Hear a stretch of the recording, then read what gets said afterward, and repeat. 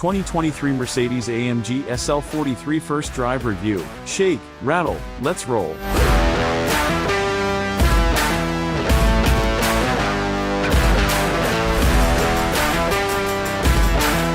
The first four-cylinder SL in 60 years has a thoroughly modern 375 horsepower under the long hood. Much less famous than the Le Mans winning Mercedes-Benz 300 SL Gull Wing or its glamorous roadster variant, the 1956 Mercedes-Benz 190 SL brought open-top fun to a broader audience, maintaining its sibling styling cues in a smaller, cheaper form. Its inline-4, derived from the 300 SL's over square straight 6, was a Revi little thing, and the 190 SL even came in a privateer racing spec with a cut-down windshield and decontented interior.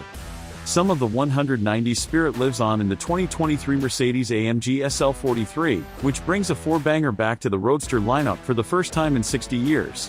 While the other SL class trims have a twin-turbocharged 4.0-liter V8 under the hood, the SL43 halves each of those metrics. But don't worry too much, as the boosted 2.0-liter inline-4 has a tiny electric motor on the turbocharger shaft to spool it up almost instantly, yielding a respectable 375 horsepower and 354 pound-feet of torque. Hey, if a four-cylinder was good enough for the sporty 190 SL, hopefully the SL43 will follow suit. At the very least, the half-sized powerplant doesn't detract from the SL Roadster's drop-dead gorgeous styling. The sneering front end does get a new 43 specific bumper with a wider appearance and smaller corner vents, and rounded quad exhaust tips in back contrast with the V8 model's trapezoidal outlets. But the SL43 maintains its stunning silhouette, with a long hood, drooping trunk, and impossibly raked fabric roof giving it a hunkered, sporty profile. The details are good too. 300 SL chic hood bulges, broad hips, and short overhangs make the new SL Mercedes sportiest roadster in decades. The cabin feels similarly enthusiast-oriented. The most headline-grabbing cabin feature continues to be the tilt-adjustable center screen, although the partially hooded digital instrument cluster and high center console also diverge from modern Mercedes tradition. Materials are generally very good, with gorgeous Napa leather showing up on the seats and steering wheel, although the $750 optional dark chrome trim on my tester attracted far too many stubborn fingerprints.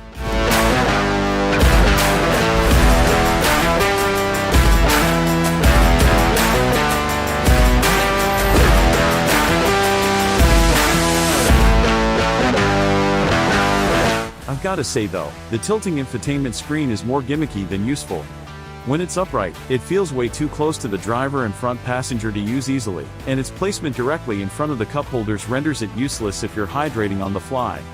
The screen also takes up too much console real estate. If I were in charge, I'd have it fixed in place nearly vertically, with the base of the screen moved forward toward the dashboard. As is, the screen is too reflective when angled down and too close to the occupants when upright. Otherwise, the electronics package is very similar to what's found in other Mercedes products. The MBUX infotainment software is easy to use after a little familiarization, and the reconfigurable instrument cluster offers plenty of information to the driver. The SL comes standard with the company's beautiful ambient lighting package, and the front two seats get heating and ventilation, adjustable backrest and hip bolsters, and a massage function, plus Mercedes' novel air scarf heating vent on the headrest. Given the ardent love I have for the CLA45 and its engine that acts as a voice double for an angry hornet's nest, I approached the SL43 with some anticipation.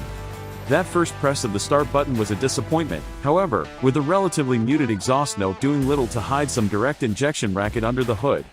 Driving around my neighborhood, the engine's automatic idle stop shook the car with some unbecoming vibration, plainly obvious given the little wiggle the infotainment screen did in its near vertical position. Again, evidence that it should just be fixed in place. And while 375 horsepower isn't a small amount, it's less than one would find in a Porsche 911 Carrera Cabriolet or even the smaller, cheaper BMW Z4 M40i. The SL43 also weighs a not insubstantial 4,000 pounds or so. US curb weights haven't been released, but the Euro model is 3,990 pounds, and as a result, it hits 60 miles per hour in a swift but not amazing 4.7 seconds. For $50,000 less, the BMW Z4 is almost a full second quicker. Slightly disillusioned, I aimed the SL43 toward one of my favorite local roads. Luckily, Santa Susana Pass helped me rediscover the love I have for Mercedes-AMG four-cylinders. With the drive mode selector in Sport or Sport Plus, the SL's engine is much more entertaining, its lively throttle providing nearly instantaneous thrust thanks to that lag-free turbocharger. The teensy 1.6-inch motor on the compressor shaft spools up boost before the exhaust takes over, giving the SL43 smooth, copious torque from a standstill.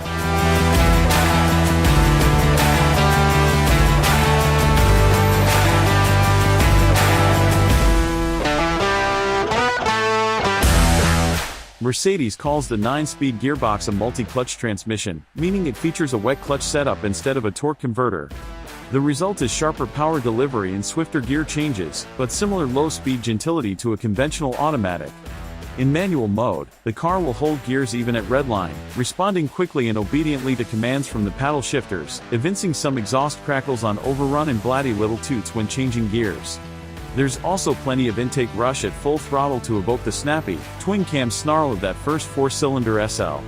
The engine noise and hard charging helps put the SL43's comparative lack of forward thrust in context. After all, 375 horses and 4.8 seconds aren't bad, all things considered. Responsive, accurate steering is unlike any modern Mercedes save perhaps the outgoing GT Coupe, and the non-adjustable suspension almost perfectly threads the triumvirate gap between body control, roll stiffness, and compliance.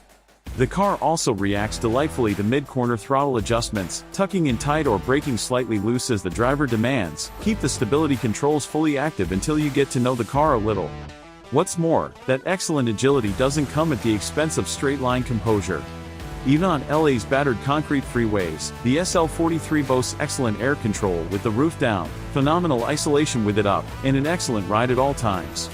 So dual-purpose was the handling/cruising behavior that I was shocked to learn that the 4-cylinder has neither rear axle steering nor all-wheel drive. In contrast to the rear axle steer, 4MATIC-equipped SL55 and SL63, the SL43 is as analog as it gets for a modern Mercedes drop-top. Adding to the Roadster's appeal is a comprehensive set of standard features. In an about-face from German tradition, Mercedes-Amg doesn't ask you to pay extra for a surround view camera, premium audio, or the aforementioned massaging seats. My tester was equipped with a $3,250 coat of matte paint, $1,950 21-inch wheels, $1,950 active safety suite, adaptive cruise control, lane centering, and lane change assistance, and a few other bits, bringing its total price from $111,050 with destination to $119,785 as tested. While that's a heady sum for a 4-cylinder, a comparably equipped 911 Cabriolet costs at least $130,000, while the Aston Martin Vantage Roadster is on a whole nother level, starting at nearly $160,000 before options. And while my first impression of the Mercedes-Amg SL43 was a bit less than positive, it quickly won me over with athletic handling, plenty of style, excellent composure, and an emotive powertrain if you're willing to wring it out a bit. Sounds a lot like that 190 SL, doesn't it? The more things change,